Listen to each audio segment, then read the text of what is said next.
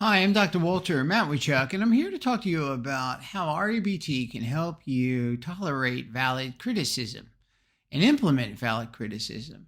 It's my premise that people who grow and develop their potential are able to listen to, with an open mind, constructive criticism and then work consistently at implementing it. It seems to me that REBT can be very useful in helping people learn to open their minds and accept valid criticism by helping them cultivate the attitudes that will enable them to listen and then work at implementing change. We could do this in our personal lives, we can do this in our professional lives, and it pays. It'll improve the quality of our relationships with other people, will improve the performance we exhibit in key parts of our work. And so it's really useful to be capable of tolerating valid criticism.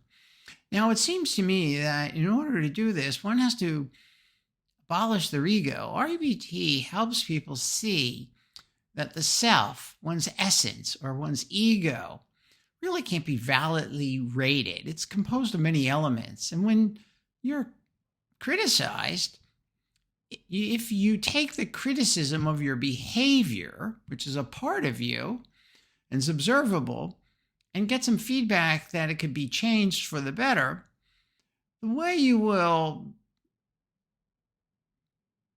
be defensive is if you see the criticism as a measure of your human value. People will very often couple the performance of their behavior with their human worth. They'll have attitudes like, I have to perform perfectly well.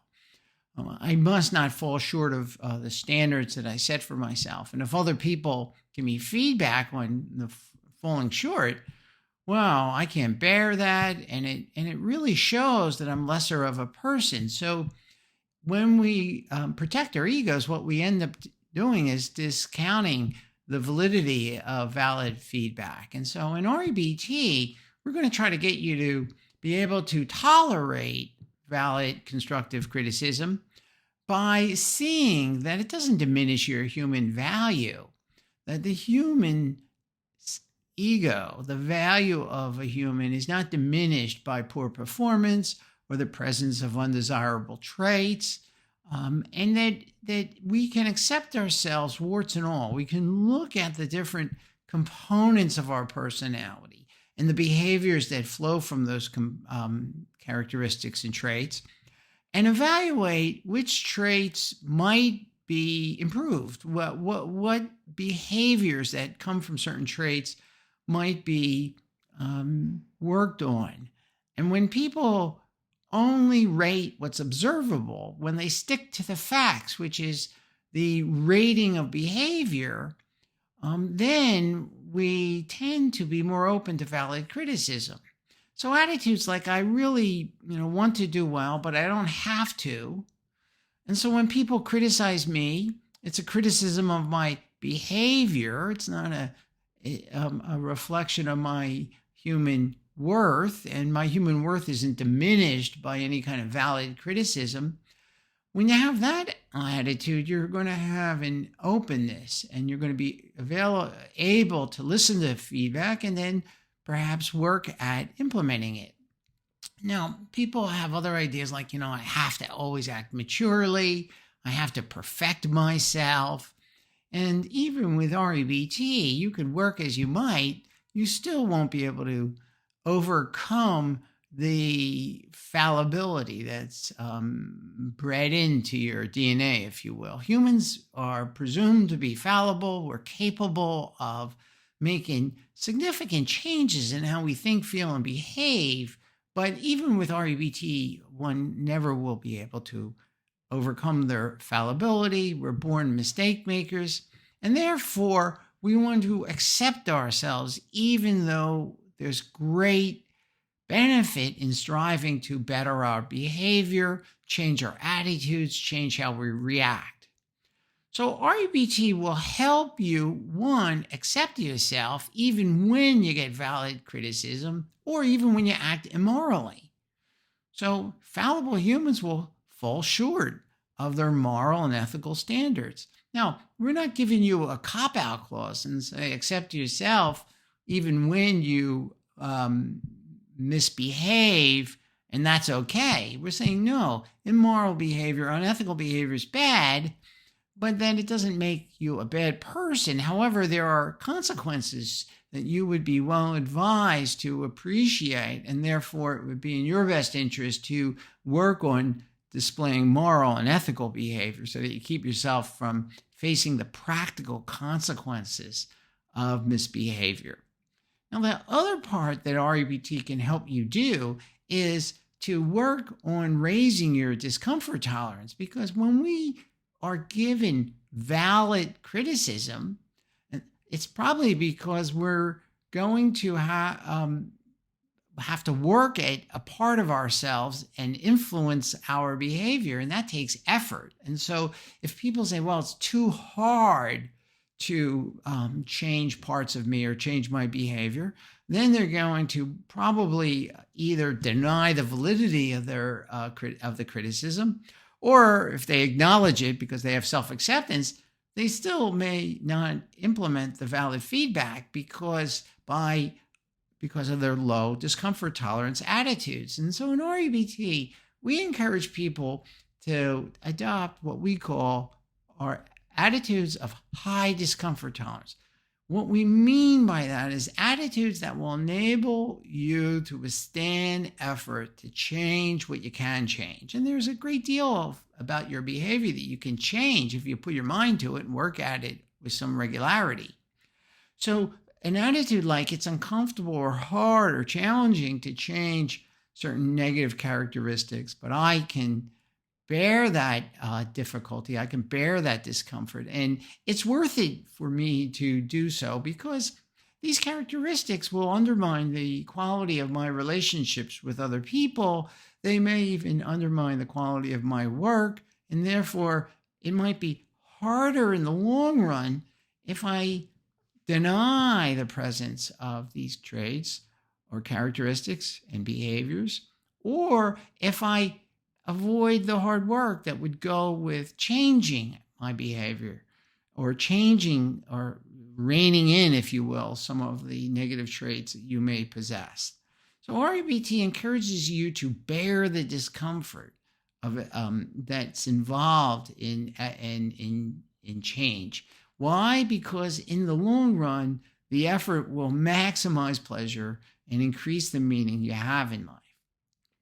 Now, one of the exercises that I would suggest you do is first think about how somebody who doesn't like you may speak of you. Try to open your mind. What might they say in private about your behavior? And then see if you think that behavior under some circumstances, that criticism might be valid. See if you can work on tracing that behavior to certain attitudes you hold that cause you to act in a bad way. I would also suggest that perhaps you ask a good friend to give you some feedback on your behavior and let you know how you might sometimes put people off by acting in familiar patterns. So by listening with an open mind to somebody who is confident enough to give you negative feedback, you can begin to see how sometimes you may put off people, and then how you can work at changing that behavior. Why? Because it'll serve you to change your behavior. Again, REBT is really aimed at helping you increase the pleasure in your life. And although it may be easy for you to act a certain way, it very often pays to modify your self-defeating behavior, particularly self-defeating behavior that interferes with your work relationships or your personal relationships, your friendships, your family relationships. And so by asking a friend to give you some feedback, when I'm acting in a way that's distasteful, what is that like? What do I do that might turn people off? You may already have an idea of this, but it might not be bad to ask someone you trust as to how you sometimes may appear to people who don't particularly care for how you treat them. So Let me summarize some of the main points of today's video. First of all, we're going to argue in REBT that abolishing the ego has great value. Whenever we link our ego to our performance or to our personal traits, we end up getting into emotional trouble because negative feedback of the behavior of the trait generally gets interpreted as devaluation of your total self. And in REBT, we go to great lengths to show people that it's invalid to attempt to measure your human value on the basis of any set or subset or specific behavior or any set of traits. The humans are just too complex. And so the self can't be rated. It's in a state of flux. And the only thing that really can be evaluated, rated, assessed are our behaviors. And we can assess them as good when they accomplish our goals or bad when they fall short of our goals. But that the self from which the behaviors emanate really is unrateable. And although people do this all the time, they'll say, I'm good or I'm bad, or I'm lesser of a person. These are ratings of one's personhood, one's essence, or one's self. And in REBT, we're going to argue that type of thinking, although it's very easy to engage in, is very self-defeating. It closes us off to negative feedback or constructive criticism, constructive negative feedback, and it produces ego defensiveness, and we may do all sorts of things that put off people when we inject our ego into our human relationships. So REBT is going to encourage you to abolish the ego and stick to the facts, look at your behavior, see which behaviors are working for you and which might be improved upon.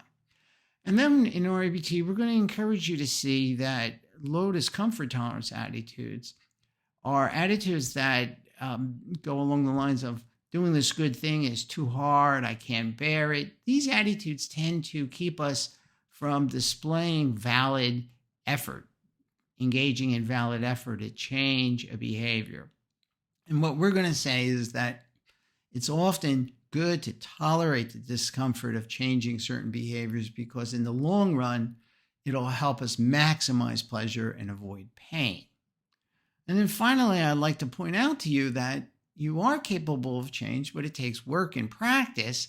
And no matter how much work and practice, even with a really efficient and very effective, well-designed theory like REBT and the strategies that go along with it, you really can't perfect yourself. That REBT starts with the premise that you're a born mistake maker, and that what you're going to want to do is try to limit your mistakes or make new mistakes, but not repeat the same old mistakes. And that you're capable of scientific thinking and human growth, but that you have to work at it. And no matter how much you work at it and how many years you may live, you will not be able to perfect yourself. Now, that doesn't mean that you can't make significant change, but it's important that you do not attempt to hold the attitude that I have to act perfectly well.